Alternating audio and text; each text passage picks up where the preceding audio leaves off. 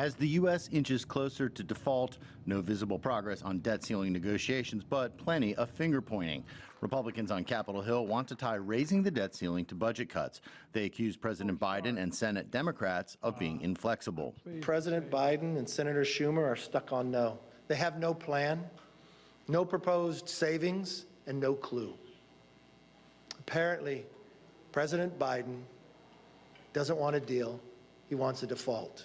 Biden and Democrats want to raise the debt ceiling with no conditions. They accuse Republicans of holding the U.S. economy hostage to score political points. The extreme MAGA Republicans have taken control of the House of Representatives, and they're holding our economy hostage by threatening to default on our national debt, a debt we've already incurred over 200 years unless we give in to the threats and their demands. Here's what the Speaker put forward in the Republican proposal. He wants to cut 22% of everything that isn't defense spending, Social Security, or Medicare. A White House meeting earlier in the week produced no deal. A second round of talks scheduled for Friday was postponed into next week, but negotiations continue at the staff level. Without congressional action, the U.S. Treasury Department will run out of options for covering financial obligations as soon as June 1st. A default on U.S. obligations would produce an economic and financial catastrophe. Millions of Americans could lose their jobs.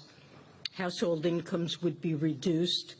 American businesses would see credit markets deteriorate. The IMF warns the economic impact won't be limited to the U.S. We encourage all of the interested parties to come together, reach consensus to urgently resolve the matter.